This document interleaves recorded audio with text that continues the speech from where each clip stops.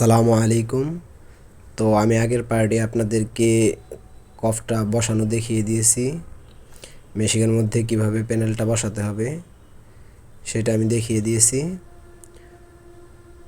তো প্রথমে আমি হেডটা বসিয়ে মেজারমেন্ট করার পরে হেডটা আমি ক্লিন করে নেব।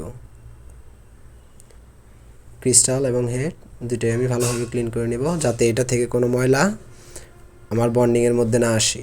বন্ডিংয়ের মধ্যে ময়লা আসলে এতে করে আমার বন্ডিংয়ে সমস্যা দেখা দিতে পারে, বন্ডিংটা পরিপূর্ণ নাও হতে পারে।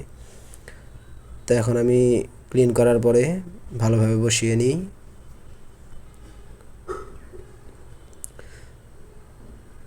তো এই দেখেন আমার বসানো হয়ে গেছে। এখন আমার ম্যানুয়াল অ্যালাইজমেন্ট, এটা আমি সিলেক্ট করে দিলাম। এখন কিন্তু হেডটা আস্তে আস্তে কফের মধ্যে গিয়ে বসবে।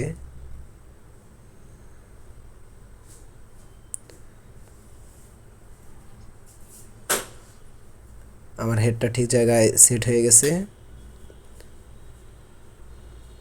এরপরে আমার কমান্ড দিতে হবে। তো দেখেন হেডটা আবার উঠিয়ে নিই। হেডটা উঠিয়ে নিলাম, কারণ আপনার বন্ডিং করার পূর্বে এই হেডটা থেকে প্রচুর প্রেসার এবং তাপ বের হয়। এই প্রেসার আর তাপ সরাসরি কফের মধ্যে লাগলে আমাদের বন্ডিংটা নষ্ট হয়ে যাবে, বন্ডিংটা ঠিকভাবে হবে না। তাই এর উপরে ওই যে আমি একটা রাবার দিয়ে নিলাম, ট্যাপ। এই ট্যাপটা দিয়ে নিলে সরাসরি হিটটা লাগবে না, এতে আমার বন্ডিংটা সুন্দরভাবে পরিপূর্ণভাবে শেষ হবে। তো এখন আবার আমি হেডটা বসিয়ে নিব।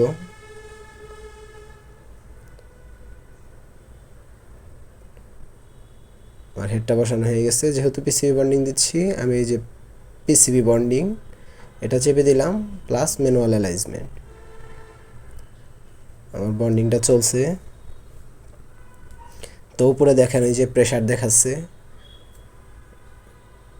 এটা মূলত আপনার 117, 18 কিংবা 21 এর কাছাকাছি যখন যায় তখন এটা বন্ডিং হয়ে যায়। যেমন এই যে 19 আসছে, আমার বন্ডিংটা কিন্তু এখন হচ্ছে। এখন প্রেসার দিতেছে।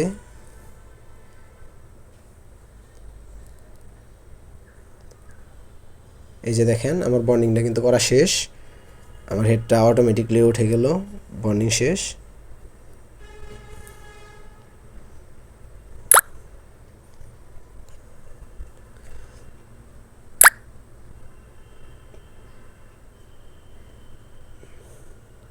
তো সবাই ভালো থাকবেন, সুস্থ থাকবেন।